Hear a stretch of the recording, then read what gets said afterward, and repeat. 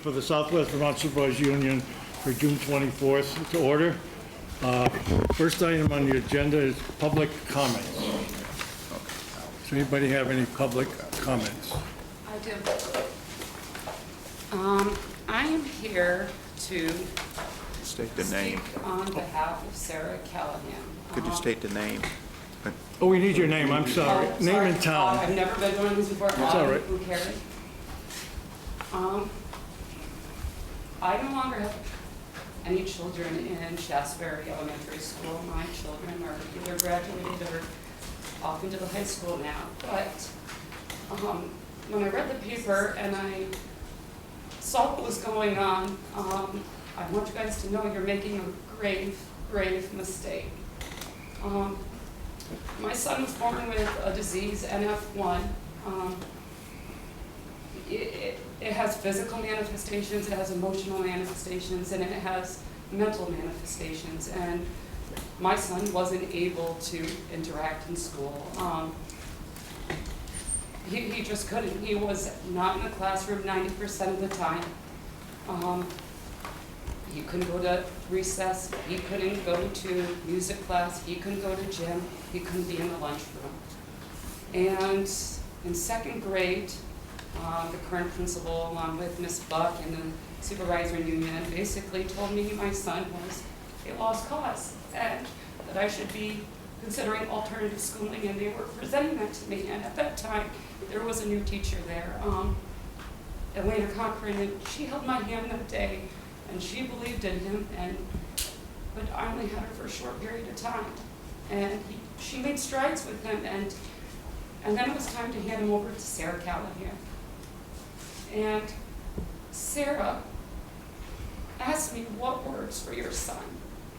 And I told her what words, because what I saw in school was not what I saw at home. And she sat there and she worked with me, and she took my son from a kid who was out of the classroom 90% of the time to a son who graduated, winning the music award, winning academic awards. She was tireless in her love for him and her giving to him of everything she can. She didn't just do her job. She made sure she made a difference. And it's not just my kid, she's done this for so many, and she is invaluable to her position. Invaluable, because you don't know my son, but he could not be in society. And she taught him things that have not only taken him into the classroom, into music class, into recess. She has taken him from having an IEP this thick. He's not on IEP anymore. He's on a 504.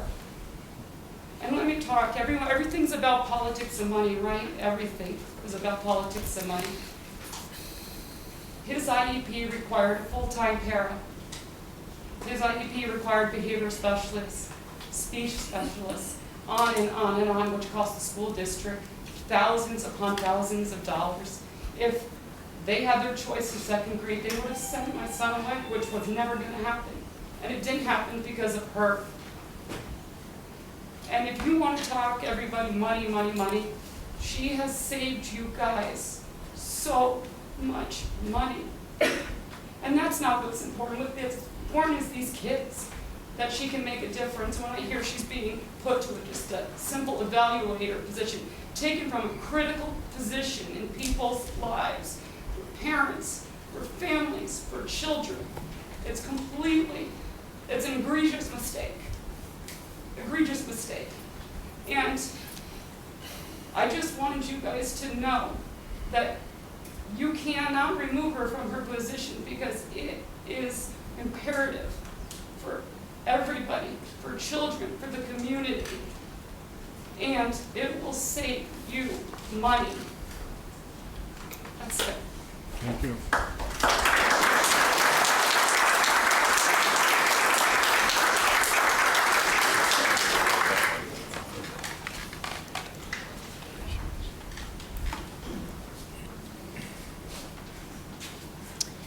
Hello, my name is Carol Stair. I'm a special ed para at Shaftesbury, been there for 17 years. One of my jobs when I first started there 17 years ago, Norman McShane, who was the principal, said one of your duties is going to advocate for your students. And I guess in a way that's what I'm going to try and do with them this evening. I came upon an article in the Heckner Report written August 19th, 2014, titled Teacher School Match. Education needs long relationships, not one-night stands. Part of this article states, quote, high teacher turnover creates educational, economic, and social costs that hamper schooling and learning. Losing the experience and expertise is like leaving your house window open. You pay a high price to be too hot or too cold. School buildings become so much more effective and efficient when good teachers stay, unquote. A good part of the effectiveness and efficiency of Shasberry Elementary School is because of the longevity of our staff. I do not think that anyone disagrees that Mrs. Callahan is a bright and dedicated teacher. She has been at Shasberry for the past 14 years.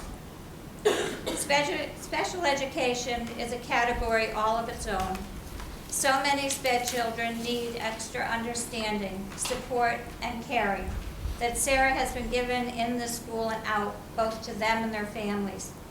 I feel that I can say this because she has been my supervisor for the past 14 years. She loves the job she does, and she does her job well. I have watched her work with many children. She is indeed a gifted teacher who has enjoyed longevity with her students and with this community. Many of the families, teachers, and community members addressed the board on June 10th, asking that they not take Sarah from Shasberry. It is unclear whether or not any consideration to those questions and comments was given because Sarah received word that she was to be reassigned the following day, and a new hire was interviewed soon thereafter to take Sarah's duties in the fall. Unfortunately, any new staff member will be lacking in the already established understanding and knowledge of where each individual student is on the spectrum of learning, experience, and expertise with these children that only years can give. I will assume that each member of the board sitting at this table has been elected to represent the people of this community with some assurance that you do the best you can, giving each child the tools necessary for his or her future, and that it is not your policy to move employees under duress. The question I have tonight is not if Sarah can be forced from her position as special educator of Shasberry. The question is, why do you want to move her? If this job had been posted as others are, chances are that this situation would not have gone to this level. There must be others in the district who are ready to give up their classroom to work in administration. As the Heckner Report indicated, education needs relationships, long relationships, not one-night stands. It is pretty obvious that if this position is forced on any teacher, it will become a one-night stand. There will be a very high price to pay for the children and families that Sarah works that Sarah works with if this decision is not overturned. Thank you again for your time.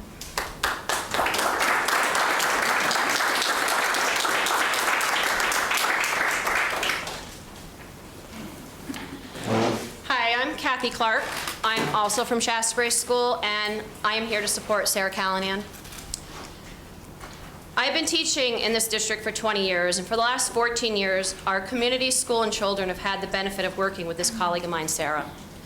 In the years that Sarah has been with us, she has gone above and beyond, not only for our school, but most importantly for the students and the families.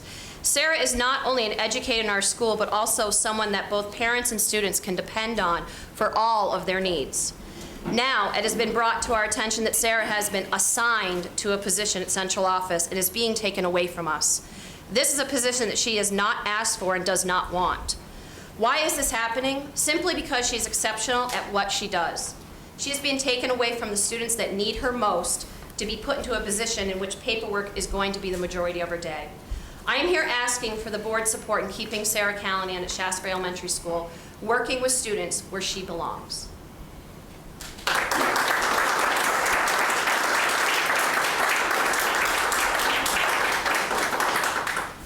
Hi, I'm Robin Kozlowski. I have 4 children that have attended Shaftesbury Elementary. We came here from Connecticut about 3 years ago. And thanks to Sarah, my kids were all tested immediately when they entered the door and put into different groups for whatever their special needs that they have. And I'm really disappointed because I have 3 more that are coming up. My youngest is going to be in 1st grade, and I was hoping that Sarah would be there to give her the support along with the rest of my children. And I don't know what else to say other than we're going to miss her. We really need her there.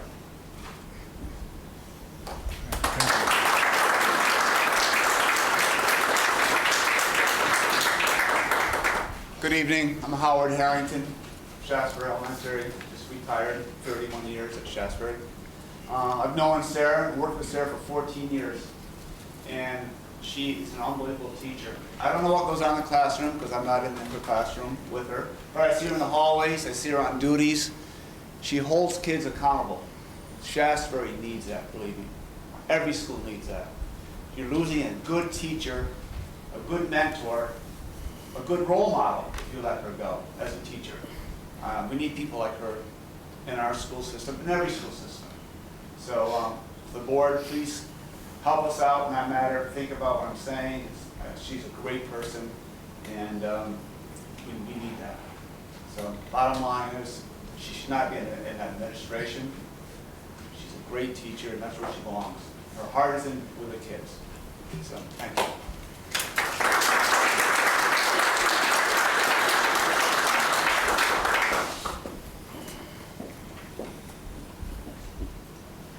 My name is Fran Edwards.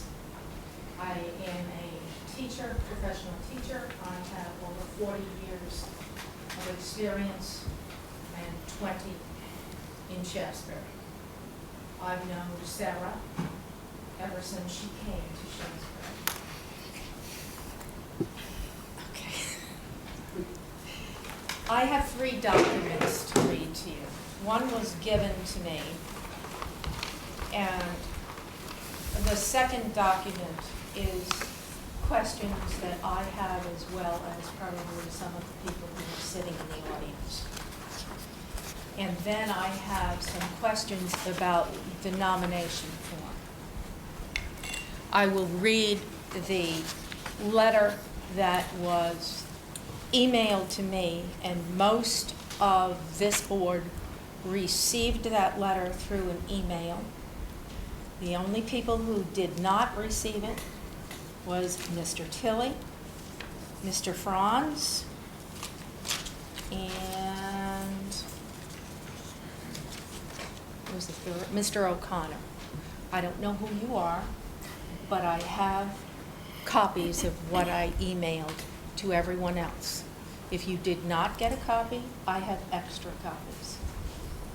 This first letter that I'm going to read is from someone who sent this to me and chooses to remain anonymous. Shaftesbury is a small and tight-knit community. Therefore, many thoughts and problems within the town are quickly and often silently shared. The following comments have been heard and spread throughout the area and district since Wendy Pierce has become SPED director. I am a taxpayer, community member, and parent, but choose not to reveal my name. I can remember hearing 2 years ago, shortly after Wendy Pierce became SPED director, that she made a comment to a large group attending the first SVSU in-service that she could and would move any one individual employee from school to school as she chose. So many staff members were shocked, fearful, and concerned. The word bullying resonated throughout the meeting and later spread throughout the district. As a new administrator, these introductory remarks certainly would not serve to foster or build cooperative relationships. SES has had the reputation for over 3 decades of moving children to the middle school and high school with excellent skills. There has always been support from parents. Staff has worked hard to achieve and has fulfilled the goal that is their motto, Shaftesbury Elementary, a good place to learn. This in turn created longevity within the staff and produced fine students. Sarah Callanan has been an asset to Shaftesbury School, the community, and the special education students she has served. Is this not what the district strives to achieve in all the schools? How many special educators are there who throughout the district could and should be able to efficiently evaluate students? Hopefully all of them. So why take a SPED teacher who works very hard, goes the extra mile at teaching these children, and sees results on a day-to-day basis away from Shaftesbury, and place her in an administrative position filling out forms? In Sarah's 14 years at Shaftesbury, she has developed a rapport with both parents and children. How can a teacher, against her will, be forced to do a job that each SPED teacher should have the ability to do? Are taxpayers going to have to pay an extra salary for this? Could it be a vendetta or a power play to prove to the employees of the supervisory? Ms. Andres? Yes. Would you not use these negative words, please? That in itself is sort of bullying itself, knocking people. We try to keep things civil. Okay, Can I just make a point of order? this is not my letter. Yeah, but I still. It's basically un-American and unconstitutional to ad hominem attack anonymously. So we shouldn't be allowing, this could be written by the person herself, but we don't know. No. It's really, really illegal and unconstitutional to be doing that. Whatever you're saying, we don't know who it's saying, it can't be presented. I think. Well, I think if you ask the gentleman from the Banner, if you send in a letter to the editor and to the Banner without signing it, they'll throw it in the barrel. Yeah. So this is very valid and very appropriate. I'm not taking a position either way. I'm just saying. Should I? Ad hominem attack against someone. Yeah, there's quite a few negatives against some individual here. Should I read things that Why are don't you not just negative? summarize it in your own words then? I think it should be. How can I read summarize it because in my it's own words? They're not my own words. You have other letters you said, right? Yes. So why don't you read the ones that you've signed? That might be not. Okay. I have no objection One to that's what you unsigned. said, just as it needs to be signed. Okay. All right.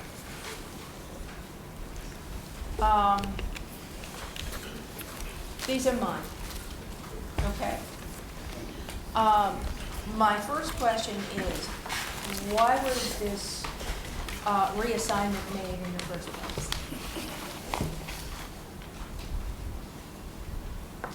Do I get an answer? Well, I'll be honest, board members don't run the individual schools or individual programs. We hire administrators, a superintendent, assistant superintendent, financial officers, and a tech, and we hire all these other individuals to run those programs. When I was getting my training on a school board, they say if you stick your nose where it doesn't belong, you're micromanaging an office or whatever item. So it's really not our responsibility. There's a chain of command. You have to go first to the teacher, and then you go to the principal, and then you go to a SPED director, and then you go to superintendent. But I the realize board is not involved in these decision-making policies at all. Someone in this audience should have the answer. But not any board members. Not 'Cause we have nothing to necessarily do board with it. member. I'm asking for an answer, as many of these people are asking for answers. This is not the forum, I have to say, with all due respect. Okay, well, Citizen I'll read comments my give questions. citizens a chance to make a comment, but I think Okay. you can't expect anybody here to answer. Okay, okay. These are the questions that I throw out to this board. Why was this reassignment made in the first place? Why was the evaluator position not posted? Explain how the new position that Sarah has been asked to take is the same as the position that she has been in over the past 14 years, if this is just a reassignment? Why is Sarah being forced to take this new position after she expressed no interest in it at all? Was it ever offered to someone else in-house?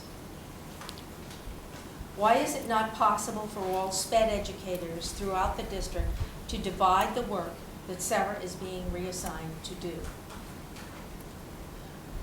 How do these changes serve to cut budget expenses for taxpayers in this district? Why was action taken to fill Sarah's position prior to taking the concerns and comments from parents, teachers, and community members at the Shaftesbury Board meeting on June 10th to this board? There may all be answers to that. I just ask these board members to consider these questions. I did look at the nomination form for the person who is to be replacing Sarah at Shaftesbury Elementary. And I understand from the information available to the public on the SVSU website that the teacher who's being nominated for the SVSU Board tonight to replace Sarah Callahan at Shaftesbury Elementary School has officially had 1 year of experience as special educator, as stated on the nomination form. I also see that 8 people applied for the position, but only 1 interviewed. And again, you probably can't answer this, but it's being read. Why was only 1 candidate chosen to be interviewed? And does that mean that the other 7 had less than a year of experience than the person being nominated tonight? Sarah has 14 years. How is this nomination justified? The last line on the nomination form also indicates that the candidate was appointed by the board on June 24th, 2015. That's tonight. How can this nomination form, which is already up on the website, state that the candidate has been appointed on June 24th before the appointment has been confirmed by this board? Why isn't the date of appointment left blank until after this meeting when the board confirms nominees? In my history of being a teacher, any time an appointment was made or a nomination was made, the board met and I would receive my confirmation after that date. In the licensure portion of the nomination form, it indicates that the nominee has a Vermont endorsement as a special educator. However, it also indicates that this endorsement expires at the end of this month, June 30th, 2015. Will this nominee have a valid special education license as of July 1st? The endorsement area appears to be incomplete because the endorsement codes are missing, but are apparent on the other candidate nominations that I happen to look at. Why are licensure endorsement numbers missing on this nomination sheet? What are the endorsement numbers for this candidate?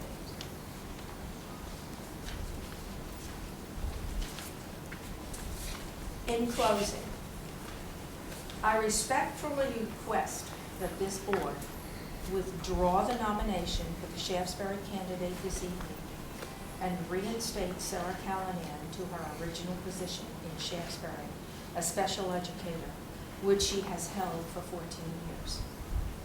Because of the comments and questions raised tonight, those raised on June 10th, in emails, and the untoward, that means inappropriate, methods of arriving at this nomination, I respectfully suggest that this board direct Wendy Pierce and Mr. Coquine to open the position of evaluator that was thrust on Sarah Callahan by posting it which should have initially been done. Thank you for your time.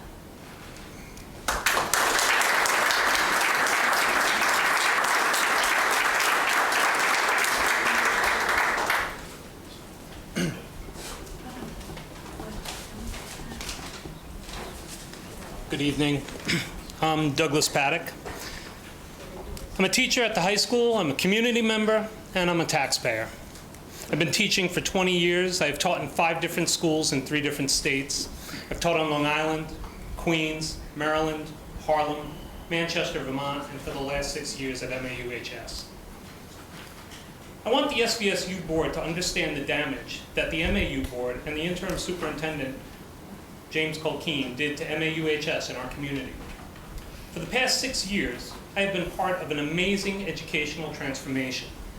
In all my years and locations of teaching, I have never experienced what was going on at MAUHS. We had a principal who guided and worked with teachers and students to create a school that was a true learning community. What was going on at MAUHS was textbook material, things we hear about in college, but rarely ever get to experience. This type of community takes years to develop. It's a culture that's based on trust and collaboration. This culture at MAUHS was set to continue seamlessly, to continue the established programs and work that has taken 10 years to implement. As a teacher, I was excited at the possibilities. We had implemented a progressive model of education that was improving the school and student performance year after year. Where could we take the school in another 10 years? MAUHS could be a model high school for the state, the region, and beyond. Instead of a seamless transition, we are left with unanswered questions from the MAU Board and interim superintendent James Culkeen about the change in leadership, only to be told that change was needed without any explanation. Once again, a culture of distrust has been created. Rather than creating community, walls are being built. Instead of receiving answers to our questions, we are told we are running our mouths, or we can give thought to finding another community or job we would like better. Despite the poor behavior, blatant disregard for the code of ethics, and invitation to leave my chosen noble profession that several board members exhibit, I will continue to live and work here. I will continue my fight to fight for my students and continue to fight for what is right in this community. Schools are a major reason that people move to or do not move to a community. I love Bennington. It's a beautiful place to live. What could be better for Bennington than realtors being able to say, we have some of the best schools in the state, the Northeast, the country. Starting now, I challenge all the boards to work with us, to listen to our experience and to embrace our knowledge and understanding of education to continue the good work that has been happening at the high school. For those who choose not to work with us, I will remind you that you serve at the pleasure of the public, the tax-paying citizens of Bennington County, and we will no longer tolerate your divisive ways. This district has repeatedly made poor choices for superintendents over the past dozen years. The first suggestion I have for you is to restore faith between the community and school boards, is to hire Sue McGuire as superintendent. She lives here, she works here, and is respected both personally and professionally. She has been involved in education in this community for 38 years. Sue empowers students and teachers to do their best work. I, for one, will do anything she asks because I know that we are working together for the good of students and teachers. I am not the only one who feels this way. If you truly care about education and the children in Bennington, you will hire her as superintendent. She has the ability, knowledge, following, and track record to unite the SVSU. Under her leadership, the SVSU would be a thriving educational community, a paradigm for others to follow.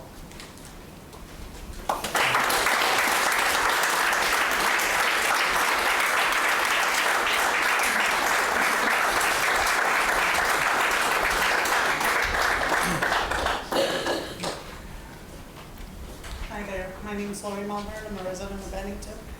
And I just wanted to read something because I can't really talk off the top of my head, unlike normally, just not today. I guess through the many months of challenges that the SVSU has had, I'm looking towards the future. I'm very pleased that the contract has been approved for the teachers. And with that, I look forward to the future where the school boards come together in collaboration to provide greater oversight and leadership as we move through the process of consolidation, SBAC testing, Common Core, PLPs, and whatever else is thrown. I look forward to the future where our staff is supported with appropriate monetary compensation and provided with the necessary educational tools, meaningful professional development, and opportunities for upward mobility and career growth in areas that they wish to pursue.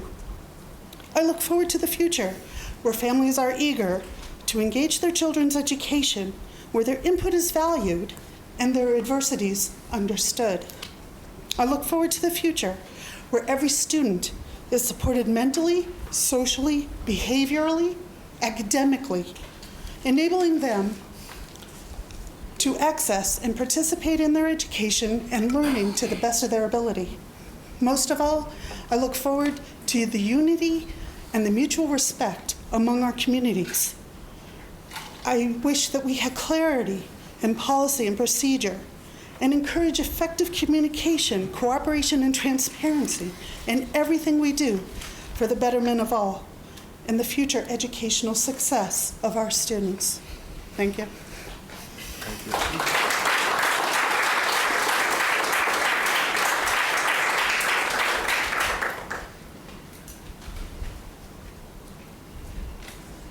Jean Connor.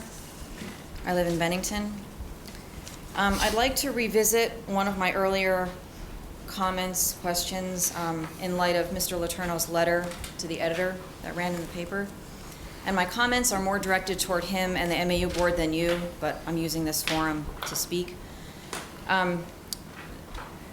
You said in your letter that the MAU board hired the principal, not the superintendent. Technically, you are correct, but let's be frank.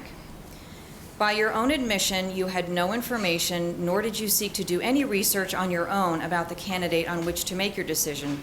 So for all intents and purposes, the superintendent hired the candidate and you rubber stamped it. You had no resume, you did not interview the candidate, you did not have any information on her questionable career moves. You based your decision on one discussion, whatever that means. Marilyn Woodard said the superintendent made, and I quote, a spectacular mistake. But since you insist that you hired the principal, the spectacular mistake was actually yours. I'd like to also just bring up a couple other things that have kind of percolated in the last several days. And it's an observation that I've made. I've been to now MAU meetings, SVSU meetings, and a personnel committee meeting. And I see the same faces, many of the same faces in all of those venues. And I think that's a problem. I think there needs to be a broader representation of board members on these committees and boards, and I think that's part of the reason why we're where we are today. I think it needs to be reevaluated, and maybe there needs to be some reshuffling on who's serving on these committees and boards. I'd like to know, and maybe you've answered this question and I just can't remember, but I'd like to know the official status of Mr. Colquhoun's contract. Was an offer made in November? Was it accepted? I don't know. What I did do was I called the attorney for the VSBA today, and she did confirm that a verbal contract is binding if it was accepted. So I did find that out, and that is definitive. However, she also said that there should be language contained in every contract, not just a superintendent's contract, for grounds for termination, and that the contracts are open to the public. So I'm requesting a copy of the superintendent's contract, and I have my address here for you to mail it to me.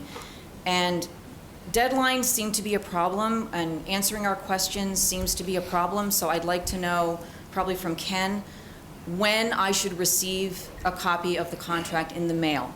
And if I don't receive it, I'll just go down and look at it at central office if I don't receive it. As soon as the contract is signed, you leave your name and address and we'll send you a copy. How about if it's signed? No, but you had mentioned, if you get the November a meeting of the 18th, I wasn't there, but it says here, Johnson and Sleeman, motion offer Colquhoun position superintendent of schools 2-year contract with the understanding he would remain as interim until that date, additional contract And superintendent thanked the board, know that he was pleased and honored and accepted it. So I think Nicole Mace you talked to today, the lawyer for the VSBA, I had called her yesterday too, and just to clarify, and she said Okay. it was a contract. Okay, so I can get a copy of it? Yes, oh yeah. Okay. It's And can I get a copy of the existing contract? The what? The existing contract? Sure. Okay, thank you. When will I get that? Like I say, as soon as they're signed. The and- existing one? In a timely manner, We'll it have- says, based on As policy. soon as we can get, I gotta go in central office tomorrow morning. I'll see Okay. Mary Lee over there. So I'll and look ask for her to early, send- early next week, how about? Yeah, oh yeah. Great, okay. Thank you. I just want to talk about for a second all the questions that you've been asked repeatedly, many of them the same questions. And the reason we keep asking the same questions is because we're not getting answers. And if you think by not answering the questions, they're going to go away, you're sadly mistaken. We are not going anywhere until someone is held accountable and we receive the answers that we deserve. It's just too big of an issue, and these people are too committed. So you should just answer the questions, be accountable, and I think you'll see some progress.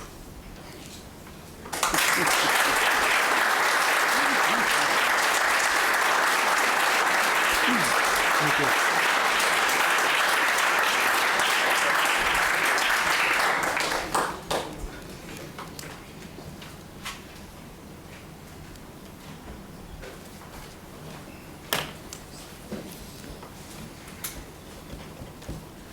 Hello, my name is Mary Jo Kwiatek. I'm a special educator at Mount Anthony Union High School, a resident of Bennington, a registered voter, a taxpayer, and my son was a graduate of Mount Anthony. I want to assure the boards that I work hard, very hard. I'm a veteran teacher who sets goals for herself every year to improve my practice. I try to arrive at work sometime between 6 and 6:30 a.m., and I rarely leave before 5:30 or 6. But I'm not alone. My colleagues work very hard. They have weekend study sessions. They call, text, pick up students in the mornings to make sure that they come to school, text them at night to remind them about homework. We work around student schedules to offer extra help. We volunteer our time at fundraisers, athletic and performance events, writing letters of recommendation, and being a mentor, contact, even after graduation. We spend untold amounts of our own money to purchase books and materials to support curriculum or entice a student's interests. I don't know if the public at large or the school boards can appreciate what it feels like to have your job performance evaluated by non-professionals. This dissection of schools and teacher performance is taking place on the national stage, not just here in Bennington. It can be demoralizing to read public comments after banner articles or on the banner's Facebook page, but when those comments and most recently letters to the editor are written by our own board members, that is the highest form of public humiliation. Or to hear that another board member has stated that, quote, they need things shaken up at that country club, end quote.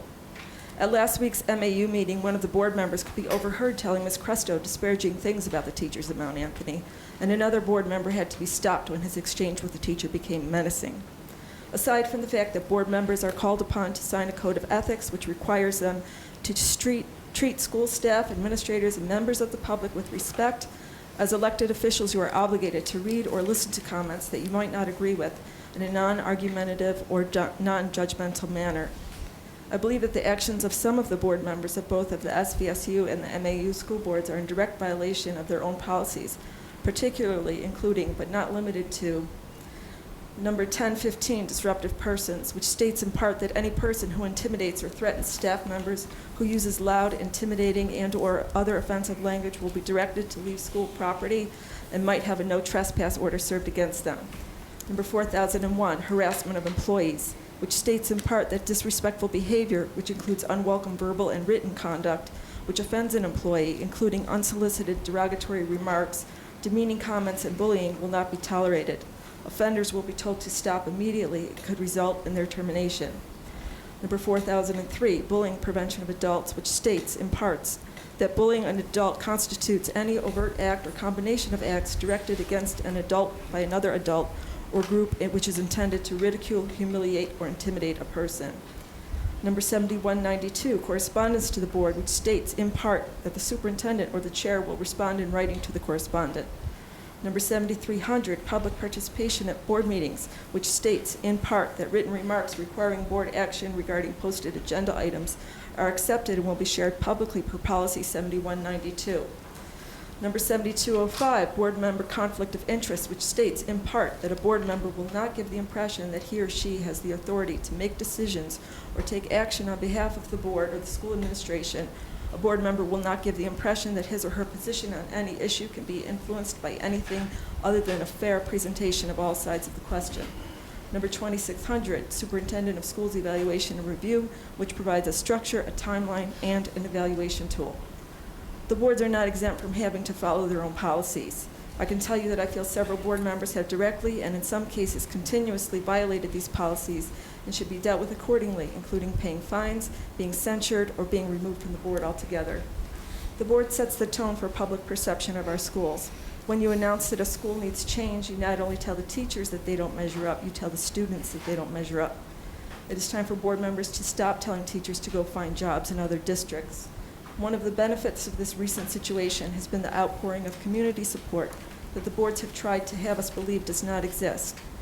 At a recent funeral service for one of our students, I was overwhelmed by the outpouring of gratitude that the student's family and friends expressed toward our school and what we did for their loved one. I could only respond with a humble thank you for their generous remarks in their time of grief. I thank all of the parents and community members who have spoken up in support of our students, staff, and the programs we have developed that help kids. Teachers will continue to support all of you. Thank you.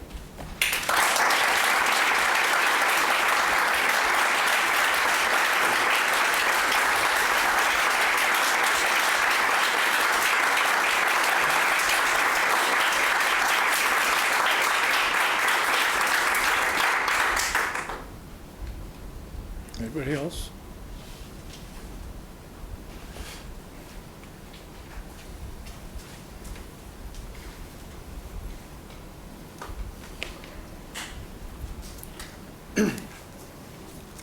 My name is Jim Boutan. I'm a veteran at Mount Anthony Union High School, teacher for 20 years. I worked for the superintendent as the director of technology for 17 years following that. I worked for 6 different superintendents in that tenure.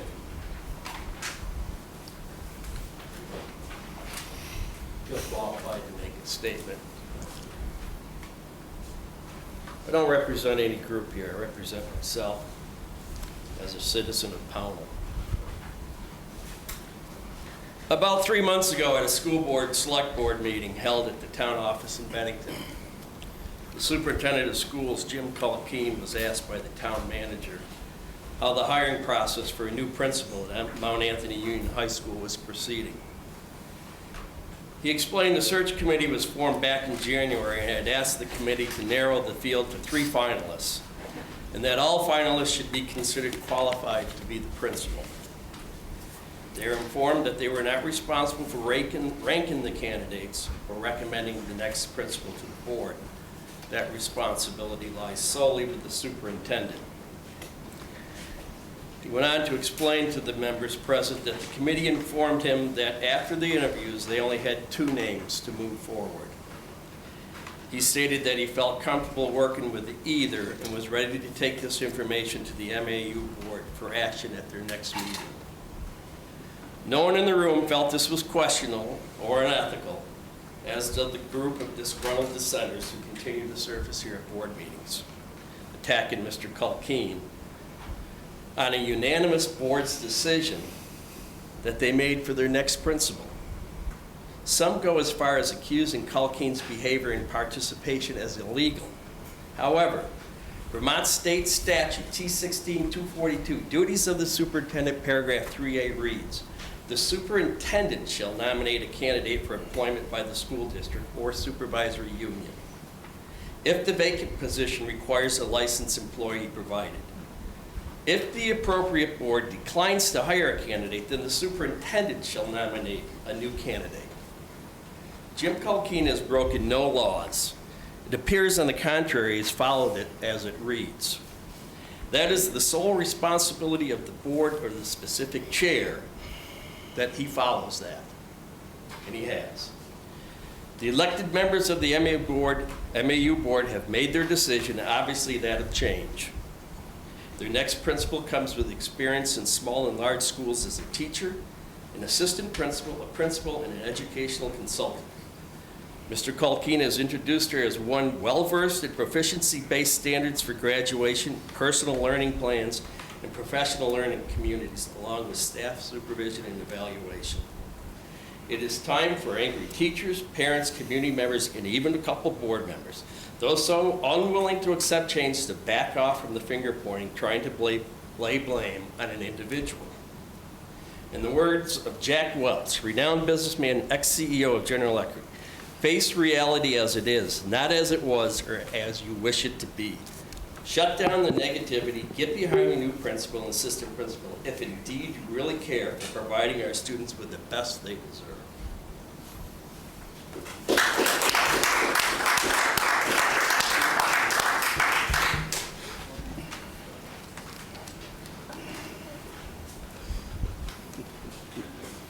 Hello, my name is Jeannie Jenkins. I'm a resident of Bennington.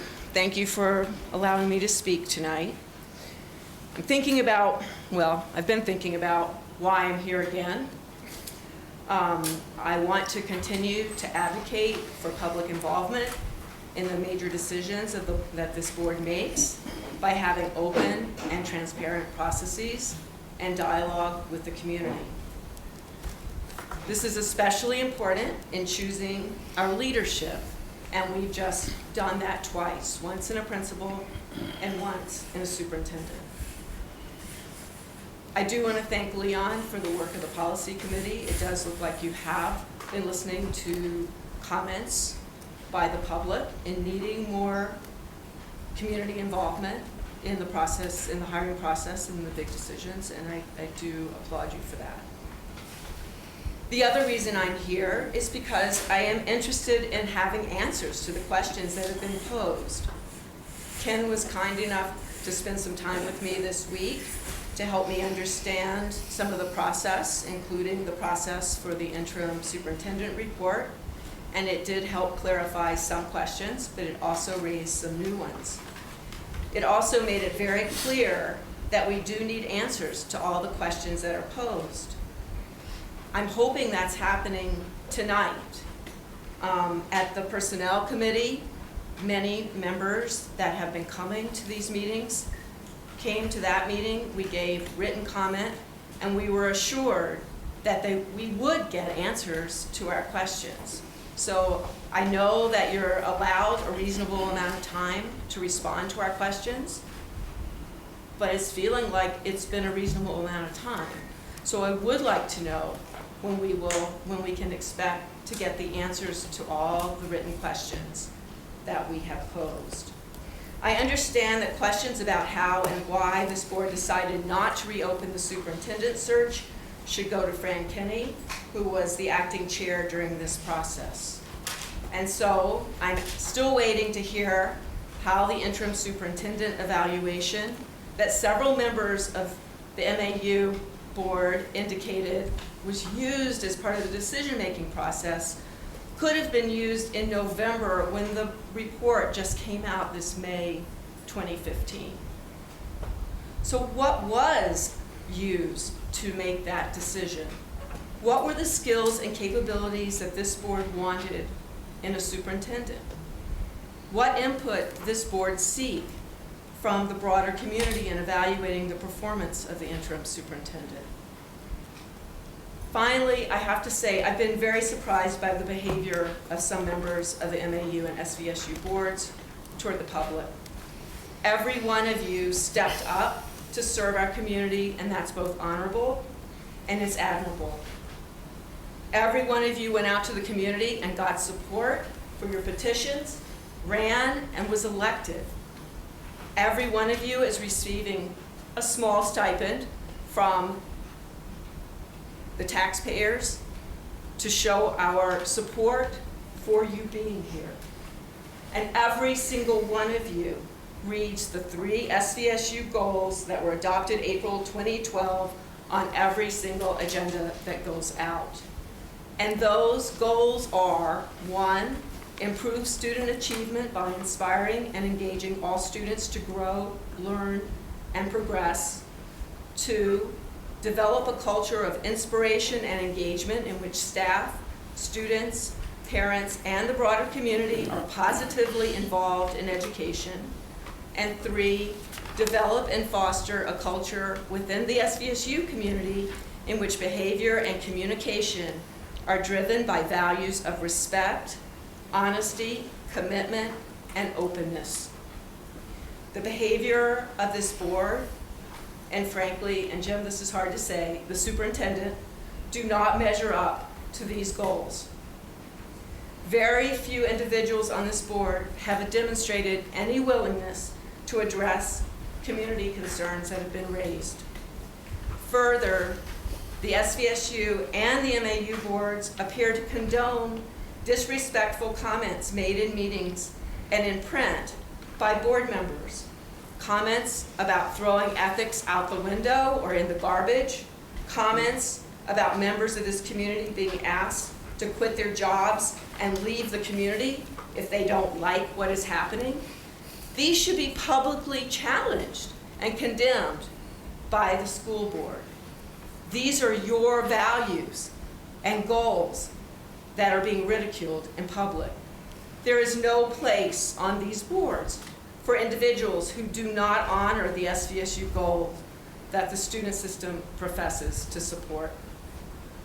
Further, the embarrassing revelations by the superintendent in calling both candidates, demonstrating a willingness to back whichever candidate could win the board's support, rather than making his case on the merit of the candidates, does not speak to a culture of inspiration and engagement, nor does it speak to one that fosters a culture driven by values of respect, honesty, commitment, and openness.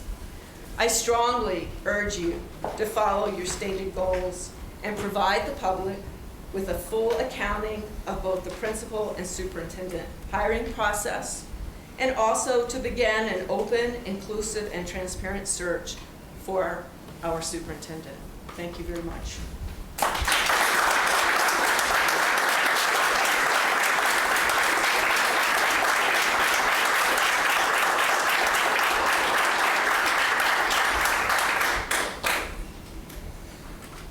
Anybody else? Okay, seeing none, we'll go on with the meeting. Okay, finance operations, treasurer's report. Everybody got a copy of the treasury report? Need a motion to accept it? So moved. Second. Questions? All in favor of accepting the treasury report? Raise your hand. Unanimous. Okay, school meals program, community eligibility. Is that you, Rick? So in your packet, you should have seen a couple of documents.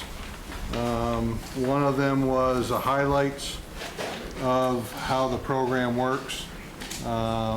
In short, most all of you probably recall last year, about August, I believe, we talked about the program. Basically, in short, we have enough poverty in this community to qualify all of our students to eat both breakfast and lunch for free. A year ago, when it was presented to us, the program was only pocketed for certain schools, and there was some concerns about the inequitable of delivering those services to some schools and not others. The program has since changed, that they're now awarding that on a SVSU-wide basis, of which we qualify for the program. As most of you know, with our food service provider, we have a $35,000 guaranteed surplus.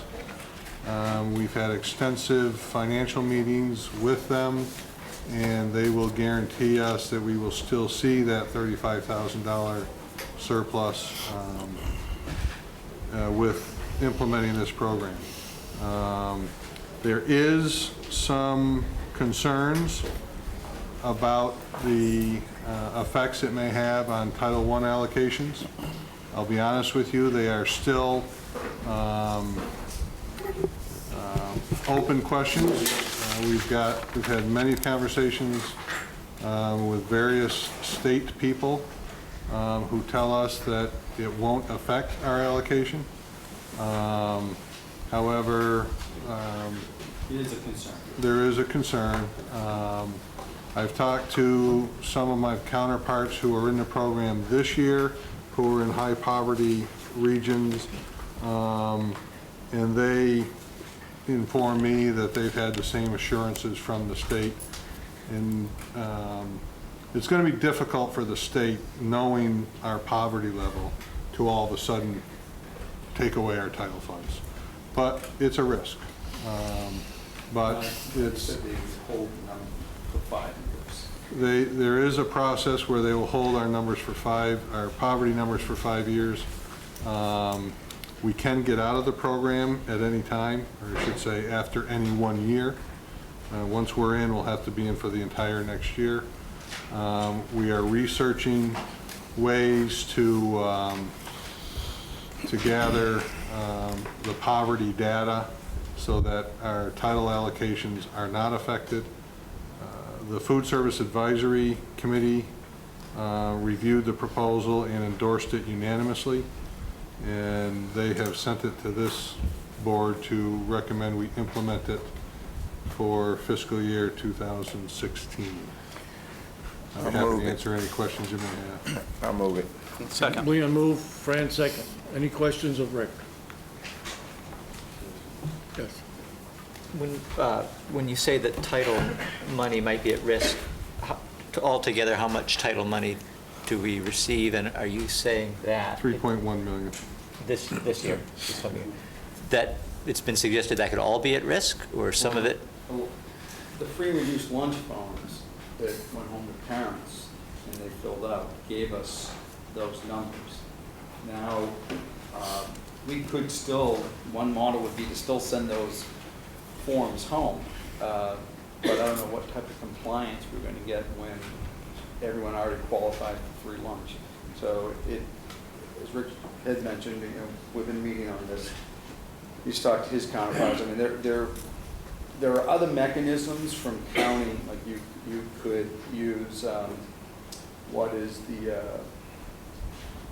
what Is it direct other service? federal programs that, like the use of food stamps, what's the percentage of food stamps in there that can translate into the poverty rate and all that.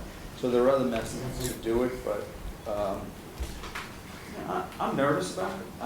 I think it's good that we offer free breakfast and free lunch to everybody, but you know, when we're told don't worry about it from the state because there's other ways to calculate it,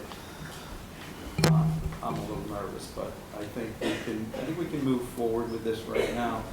One, they'll count our numbers for 5 years, and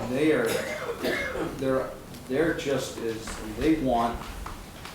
All this money comes from the federal government, so the state has just as much of a vested interest in making sure that our numbers are accurate as we are.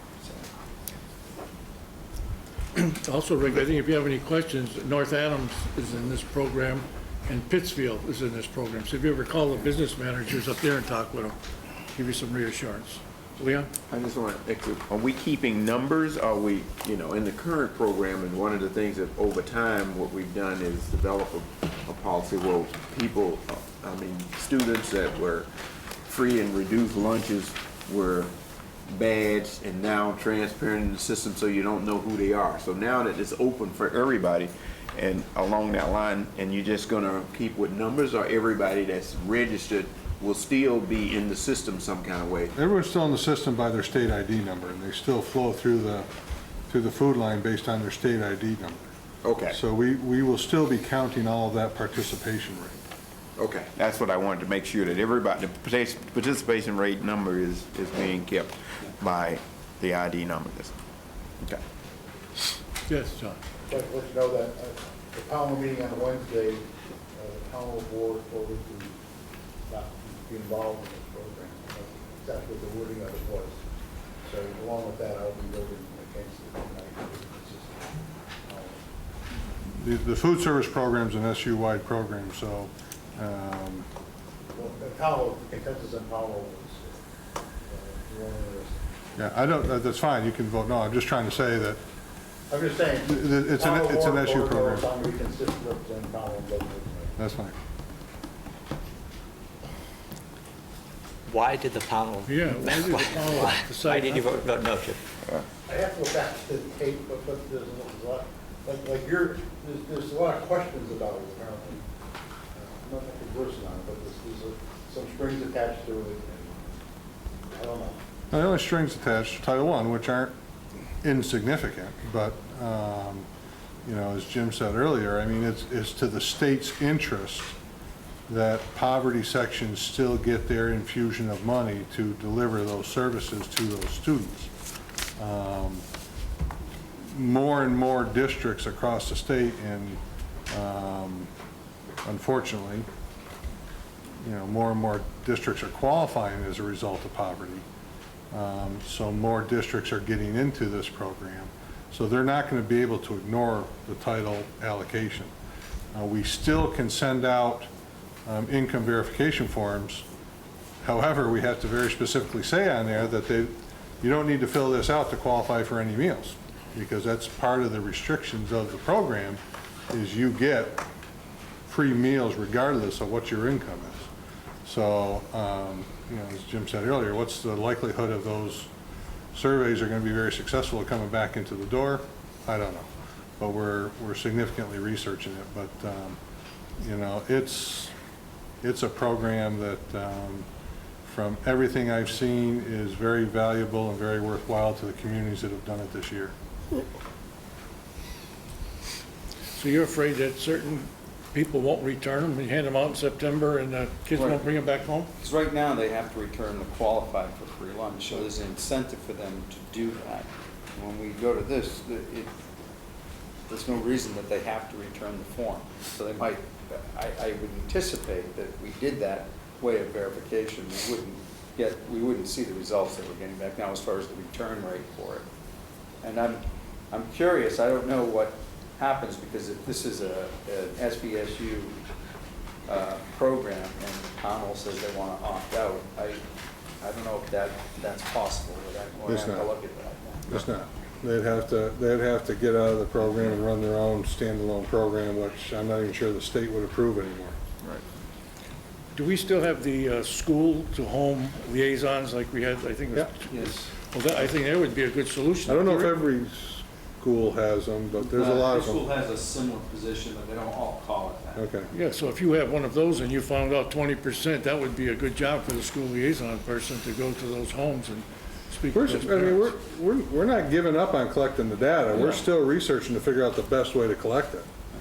You know, but if we're going to move forward with this program, we need a decision tonight so we can ramp up the food service, because they're going to be serving a lot more meals. They're going to need to hire more staff.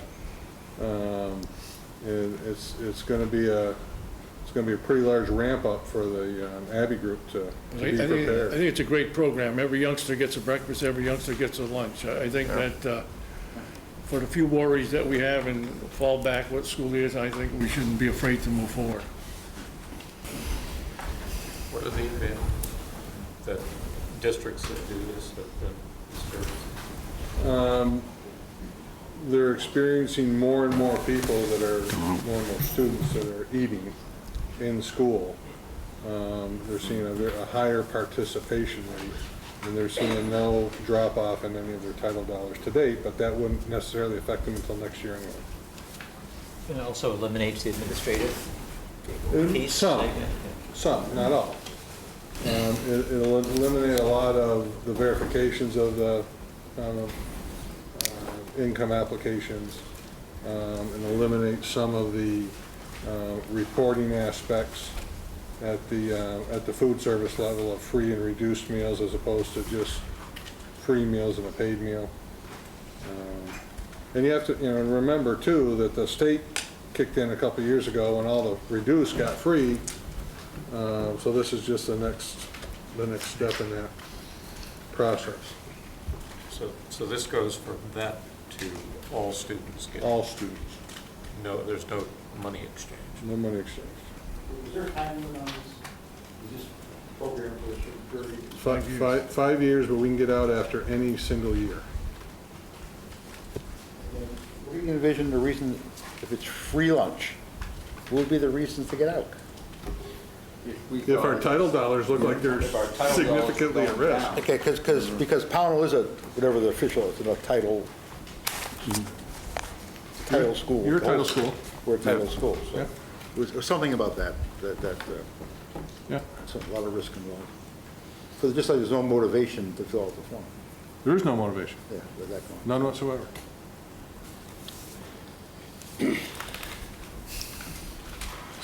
So what funds is this? So we need a motion. So I'm sorry, what? We did, or What funds is I this? made it. You got a motion and second?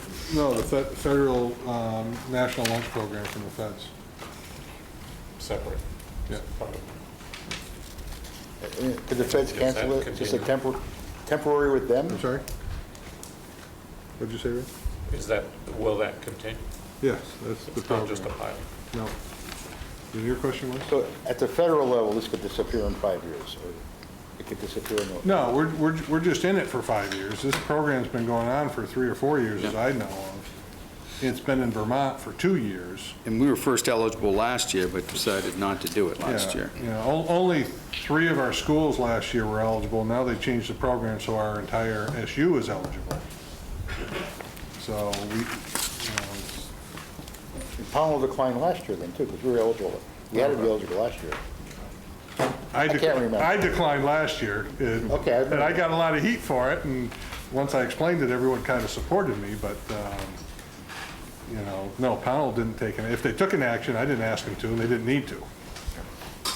So Ken, maybe, I mean, we're talking about a lot of other things, but there's some rationale behind why are you trying to offer kids free breakfast and free lunch out here across the board? So I know it's some rationale behind it.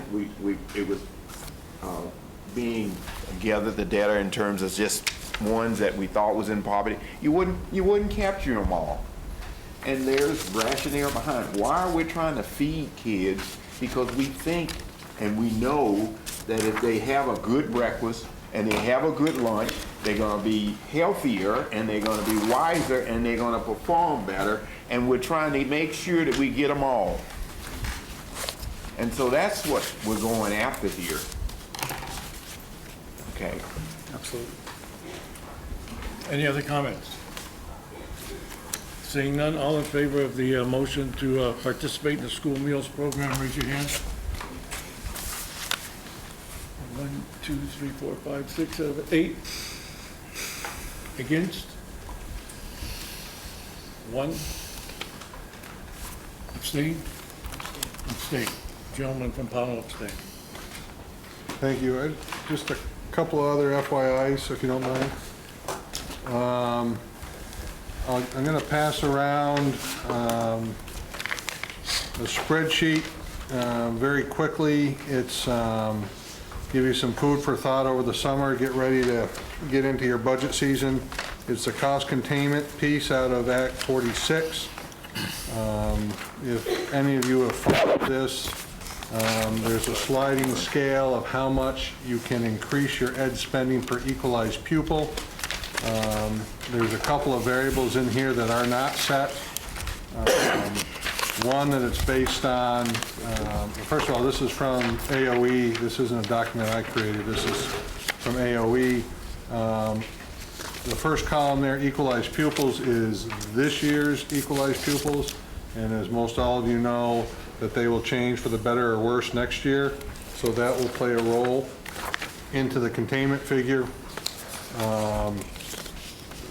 This year's, well, I keep saying this year, I'm actually talking FY16. FY16's final numbers, the second column says preliminary. A number of districts around the state haven't got their final budgets into the state yet. So until that's set, your actual percentage numbers aren't finalized. They're not going to change a lot, but may change slightly. And then finally, obviously, your fund balances that you carry in from this year into FY17 will play a significant role. In the last column, which is the amount of money that you can grow your budget if those other things stay the same, which we know they won't. But it's just a jumping off point to begin to give you an idea of some of the constraints you're going to have walking into your budget season next fall. Yes. If you have any questions on it, I'd be happy to answer it. I expect you probably want to go home and study it a little bit, but I just wanted you to have it for the summer. The other thing I wanted to bring to your attention was I got notified a couple of weeks ago, and this is going to affect everybody as well, that the state of Vermont is going to a reimbursement model on all of their federal grants as opposed to an advancement model that we've seen for as long as I've been around. And what I mean by that is on all of our federal money, title money we were just talking about, we could anticipate forward for a quarter of how much money we would spend. And if we could, anticipate we're going to spend $1 million over the next 3 months, they would advance us that $1 million and then we can spend it. The reimbursement model is, obviously, we have to spend it and then they're going to reimburse us. What that means is the SVSU, because all of those grant monies flow through the SVSU, is going to have a significant cash flow problem starting July 1, 2017. So that will be an effect in your local budgets as we develop those next fall, because based on current law, the SVSU cannot borrow money. So therefore, we will likely have to change our assessment streams, where we currently ask for 17% of your assessment on July 1 to help us, along with these other grant monies that used to help us get through the summer. We will likely have to be asking for more money in July, which is going to force your districts, your member districts, to go borrow that money to pay our assessment, which will affect your budgets. So I just wanted to give you that heads up. Knowing this was the last meeting of the year, I just wanted to make sure I left you with some good news. That's good news. Man, you better bone up on your definition. I can give you a lot worse. Yes. Ken, while Rick's still here and while we have this in front of us and are digesting it, yep. I know, Jim, you've been talking about 361 as you go around, and yep. Maybe it was on your agenda for tonight, at least one piece of it anyway, but yep. This is another piece I think that we should be talking about, should all be aware of. This is the piece that was slipped in to the bill at the 11th hour, literally the night before it was passed, to replace the spending caps that were, I think, widely considered to be a bad idea, unconstitutional maybe. Yep. I've heard it suggested this might be unconstitutional, and here's why. If you look at North Bennington's threshold, the allowable increase is smaller for North Bennington, but North Bennington can still spend $17,000 next year before having a penalty, and Shaftesbury can spend only $12,600 before facing a penalty. So there's some inequity potential for it right there. The other point I would make is that we're already talking about these thresholds as though they're caps. We're perhaps thinking about them as though they're caps, and we're going to try and keep our spending under that level or we face the penalty. I think it's very problematic. I hope that we'll continue to have a conversation about it. I'd like to see this board speak out against it, speak out and ask the legislature to reconsider these threshold numbers. Just throw that out tonight. We've got a couple of months before we meet again. Same thing from the professional organization. The Superintendent's Association is raising that same, particularly the inequity piece, because the example you pointed out is dead on. And I'll just say it's already had an impact at Shaftesbury. We had a vote on a new position that was defeated earlier this month. Right. For this year, it's not even, the law doesn't even impact budgets until next year, but confusion, uncertainty about what the impact of hiring somebody today it's already having an impact on staffing. Yeah. So, If this board chose to file a petition against 361, who would write it? What would the mechanism be for that? I support that idea. Yeah. How do we do that? I could draft that for the board, that we could bring some type of petition back at the August meeting. We could put it on the agenda for the August Who's meeting. the word you used, Dave? What I do plan to do, and I was going to mention this in the superintendent's report, but I'll talk about now. You've heard me, as Dave mentioned, at all your individual board meetings, talk about Act 46. We need to put a study committee together with representatives from all boards to look at this, because there are some, financial impacts that got to be decided on whether we want to accept them. Are we, going to look at accelerated consolidation? Are we going to ignore consolidation? We got to have that discussion, and we got to start that rather soon. And it's difficult to do with all the multiple boards, so my proposal would be that we put an ad hoc committee together with representatives from all boards to come, and it would look at consolidation and this issue, because we should be petitioning for relief from some of this last-minute legislation that went into place that I don't know if the impact was really thought out before that was done. And that, because luckily, it's not impacting for next school year, it's the following school year. So there is time to get some action taken on that. So that's... What action should we do tonight? Should we? Nothing tonight, really.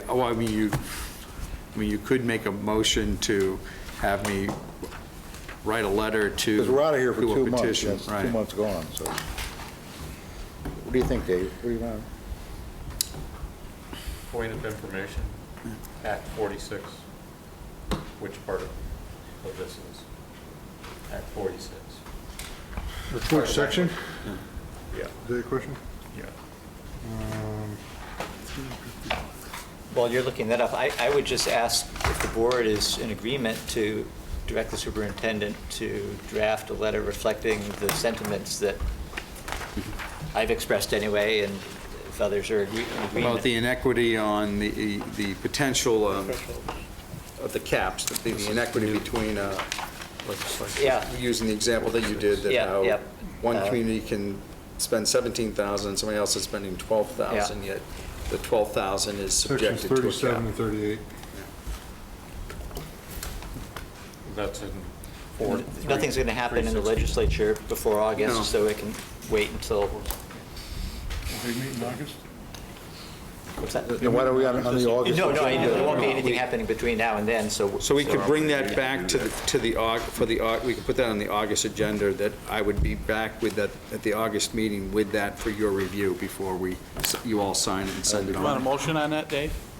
We need, if the board's gonna request it, you probably wanna have a Yeah, it should motion. come from the board, right, Fred? Yeah, I'll make the motion. Okay, motion to direct the superintendent to, Yeah. all in favor? Okay. Ray? Thank you. Unanimous. Well, just like you mentioned, Rick, about the, they used to give you $1 million for a quarter up front, and now you got to pay. Well, I remember the governor, when his inaugural address says no more unfunded mandate. That's a mandate, you do it. We're going to have to borrow more money and pay interest on that money. And that's an unfunded mandate. They're telling you to do something that costs you money and not paying for it. Okay. You can argue that. Huh? Ken for governor. Okay, any more comments? Okay, next item is the consent agenda. A motion to accept, okay, we got a motion to accept, a second? Second. Second, okay. Can I, and looking at the consent agenda, it seemed to be, I mean, I don't know whether it's a typo, but item 7 should be actually L under the nominations Okay. on that, so could we move that? You're gonna amend the, Right, the move item, 7. 7, action of the superintendent's contract. And move it up as to L. on the, Other nominations. because that's where it should be. Second. The second. Okay, Leon moved and seconded to move the action on superintendent to L under nominations, like we did last time with Ms. Lee. Motion second, all in favor? Ken, I'm sorry. Yes. Before we take a vote, I'd like to just ask Jim, and if this is not something that you want to discuss in public, I'd suggest we go into executive session. But the questions that were raised earlier about the nomination form for the special ed teacher at Shaftesbury, can you address those about the lack of, or the expiration of the license specifically? Is that something we could talk about in public? That the license expiring of the teacher that we're hiring? Yes. Wendy, do you have that? Yeah, okay, yeah. The director of special ed is here, so if you could come up to the mic then on that. Could you address, do you want, or would you rather do that in executive? She said executive. Yeah. Okay. Well, do you want to pull that nomination? Do you want to pull that nomination and go ahead and move through? Motion, we pull that nomination until we have executive session. Second. That's K, right? I mean, No, that's- that was, K. K. K as in king. yeah, that's what I said, K.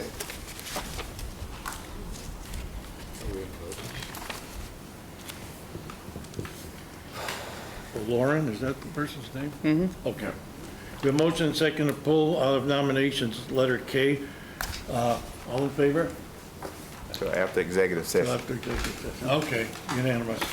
Can I give you one other, this interview was just recently, and this was handed to me today, so to add to the consent agenda, it's a special ed position for the high school. So, and since we're not meeting again until August, I'd like to get this on tonight's meeting. So this will be M. So can I ask a clerical question about nominations? The nomination forms are my pet peeve. Yeah. So the teacher tonight that spoke brought up predating these things before they're approved. What's your take on that? I agree that's kind of awkward. I mean, they're dated the night that the action is being taken. This is tonight's meeting. They're on the agenda and warned for tonight's meeting. Right. This really is an internal document. There's no notification to the teacher that they've been hired until after you take action. So this is for us tracking the pre-filled out, position so through we're it. going, Yeah. So this is how we track the position through the hiring process and then make that recommendation to you. So the fact that it has tonight's date on it doesn't, the teacher hasn't seen this or anything like that. They'll get there, if you vote this nomination tonight, then they will get a letter generated tomorrow. So you're comfortable with having that date on there, right? It could get very confusing for us if we'd have to go back. Yeah, I know, it's just something clerical I thought we could discuss. And the other thing is my continuing pet peeve. He said he could add that to the consent. Add that. Instead of hourly rates, I would really like to see the annual budgetary impact. Does $10 an hour mean 15,000 or 20,000? On every nomination, we have the annual. I know you've mentioned that before, but then I have the majority of board members who say they don't want that. So unless. I think I voted down, I think. Yes, it did. Yeah. We didn't vote as a board to adopt that. I'm making a comment. Okay. So I've learned through the public that we can make all the comments we want. Well, yes, that's true. You can just keep. I'll keep So I've mentioning it till I get given it. you the nomination form of I think as Jim had mentioned about, usually when you interview a teacher. Kristen Olmsted, you tell them, special ed at, I'm going to recommend you to the board, and your hiring is based on the movement of the board. So if the board doesn't vote, you don't have a job. You want to add that, Ken, to that? Yeah, I added the, Kristen Olmsted, special ed at the high school. I added that as M. Kristen Holmes, MAU staff. Do we need to have a motion and a second to add? To add it, probably to be safe. Yeah. So moved then. I'll move it. Motion second to add Christian Olmsted, MAU sped. We have motion second, all in favor? Okay, and we've already added L, okay, and we've reduced or taken out K. Call the question. You're also going to take out Second. A, because that position, that change is not going to happen right now. And D, the person has accepted a position with another school in the process, in the time that we did this, and yeah, they called yesterday and withdrew their candidacy. So take out A and D nominations at this time. Rick, I have a question. This Medicaid billing? That's replacing a retiree. Replacing a retiree. Well, Replacing a you hired retiree. someone at the previous meeting who didn't take the job, so now we're replacing the person that didn't take the job. But We're still going to have just two. Just two, right? yeah. All the questions. Okay, we have motion second on the consent agenda. All in favor? Unanimous. 10-0.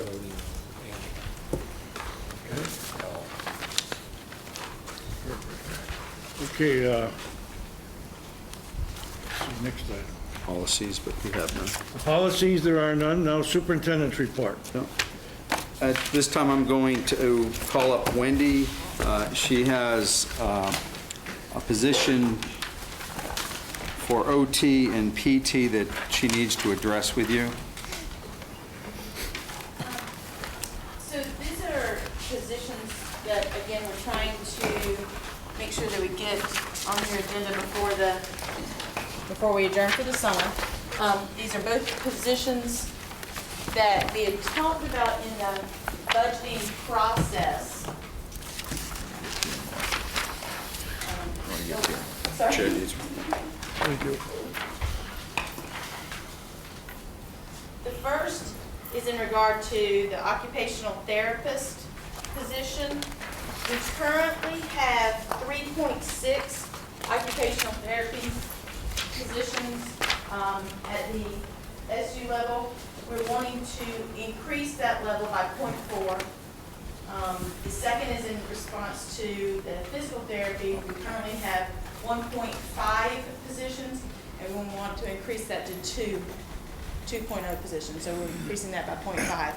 I explained in the positions below the two ones that I'm showing that the growth in the occupational therapy full-time position is an IDEAB. That 0.4 position is placed into IDEAB. And the growth in the physical therapist full-time position is in 0.3 IDEAB and 0.2 Mount Anthony Union SPED position. I'll move it. Second. Okay, got a motion second to approve Wendy's request. It's in the budget already. Yes, it was in the budget, but now you need to approve the position. Any other discussion? Seeing none, all in favor of the motion to hire these two? Okay, unanimous. Thank you. Another housekeeping issue, Donna Leap, Assistant Superintendent. Apologize for some of these, but you want to just hand these out to them? But with you not meeting in July. Make it short. It is very short, George. I always keep you in mind. Thank you.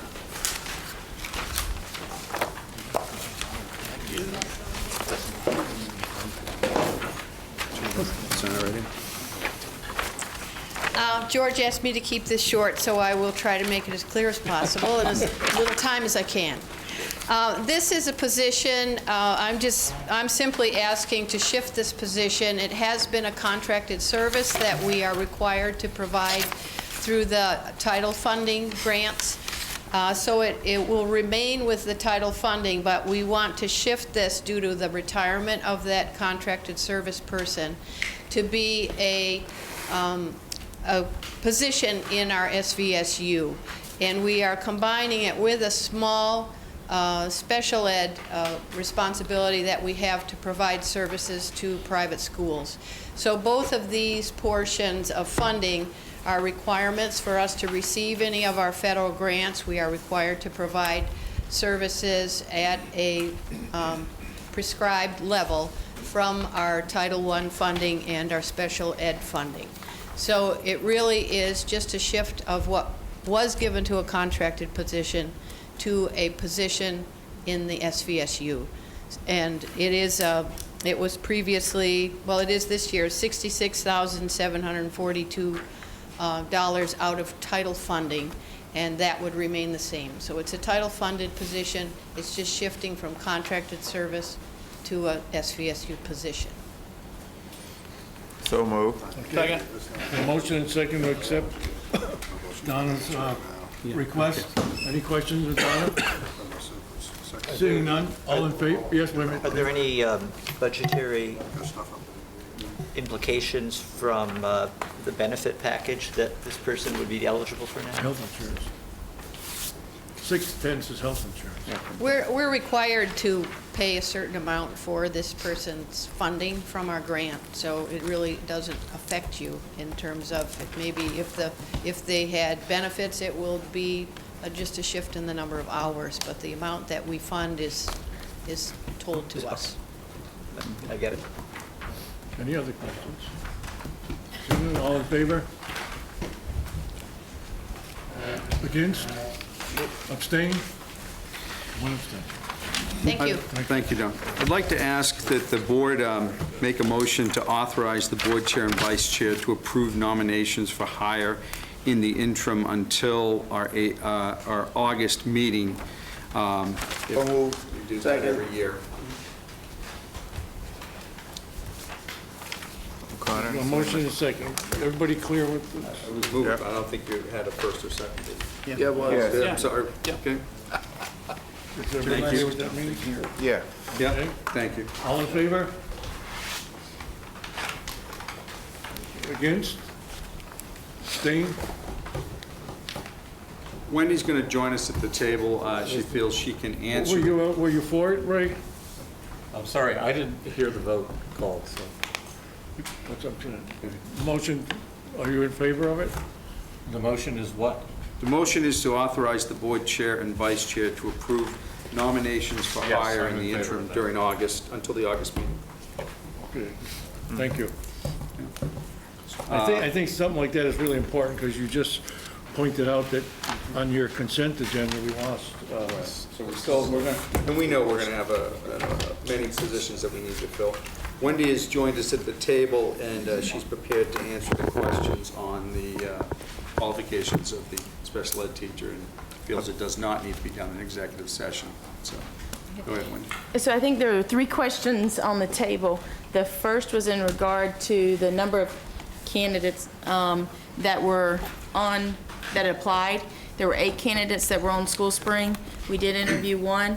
There were several candidates who we contacted and they had already accepted other positions. There were several candidates who were qualified to teach at the secondary level but not at the elementary level. And there were a couple candidates we did not feel warranted had the expertise that we needed to bring into our system. So that was why the 1 candidate was interviewed.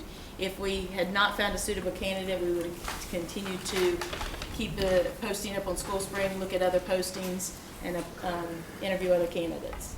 The second question that was on the table was in regard to the endorsement area. The endorsement area is on the nomination form. If you look above, it's the 882. That's the endorsement area for special education teacher. The third question that was on the question that was raised was in regard to the expiration date.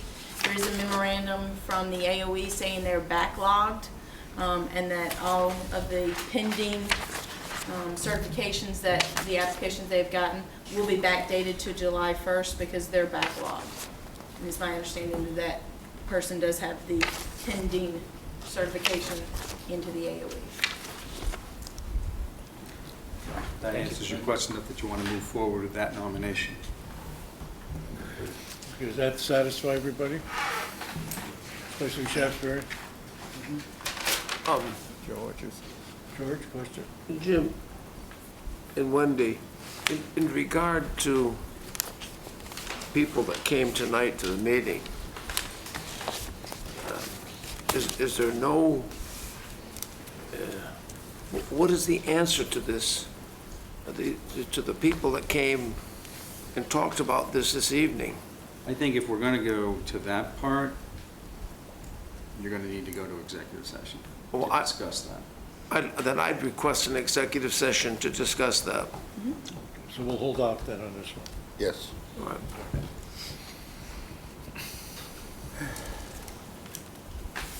Any other questions? Is there a motion for executive session? No, we gotta finish. Yeah, we gotta Meeting finish. first. So the only thing that I was going to bring up under my report, and it's part of what David already talked about, so I'm going to be reaching out to all board chairs, asking for them to appoint members to the ad hoc committee that we can begin meeting this summer to start studying what action all our districts want to take on this, and I want to move fairly aggressively. We got to make a decision one way or the other, even if it's, you know, some of you boards have told me that you'll wait the 5 years and see what happens. Well, we got to look and see if that is a viable response, and we got to look at what that financially might do to impact to a district. So that will be coming before the August meeting. Hope to start meeting this summer on that, and that's it for me. And believe it or not, I had the same thing here. I was going to request that every board in their August meeting get like 2 individuals from each board to meet, and work with you and come up. Because already George from my board has requested that the person who did the red for us several years ago come and give us a quick explanation of what happened at that red meeting. And Mary Lee has pulled that entire file and binder for me, and I have begun to read through all the minutes and from all of those meetings. Yeah, because we paid for reports and all these professionals came in, so it'd be nice to have a starting point, that we don't start from ground number 1. And the only other thing I had is that, again, I may have said this before, is just keep the dates October 22, October 23 open. That's the Vermont School Board Association's annual 2-day meeting at Lake Maury. It's really a good educational. You get to meet and talk with other school board members throughout the state. October 22, and you'll be on 21 as well, yeah. And again, it's worth it. You just have to call Mary Lee if you're interested. You make all the bookings, or Lori? Okay, it'll be done, yeah. Just call, okay. And it's really worth it. You'll be busy all day from morning until evening, but you'll learn a lot. It's worth it. And like I said, like Jim said, I don't know if that's waiting too long, August? If No, not, we'll do it before.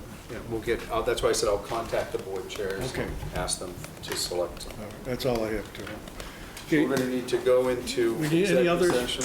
Any others first? Yes.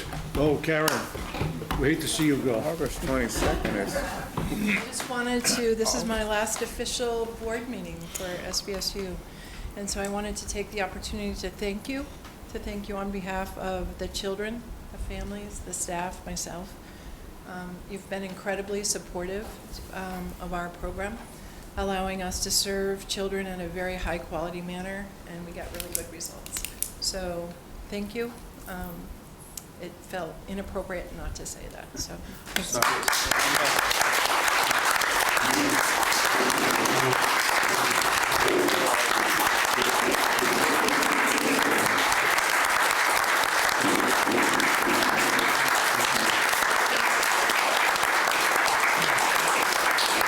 Karen won't be going completely away. She has agreed to stay on in a limited part-time capacity to work. You did hire her replacement this evening. We will bring her to meet you at the August meeting. And Kate Abbott is her name. And she's already been meeting with Karen and will continue even after July 1 to assure a smooth transition. So. And one other thing, for those of you that weren't at the retirement party for Catherine held, it was really nice, held here at the middle school. I guess the district decided to name the structure that we have on Division Street here where No, not in the structure. They put a plaque up in her name there. But Yeah, that's, yeah. Yeah. They put a plaque up on her name. Yeah. No, the carrot. I thought it That was would take a very nice. vote of many people. Yeah, that was very nice. Yes. Yeah, they got a nice plaque. I'm already in trouble, kid. Okay, now can we have a motion then if there's any? So moved. But, To go into but executive session? and the motion should say that you are going to come out to take action, not just to adjourn, because you may come Yes. out to, yeah. Okay, motion to go into executive session for personnel. So moved. Motion? Second, all in favor? Aye. Okay, unanimous.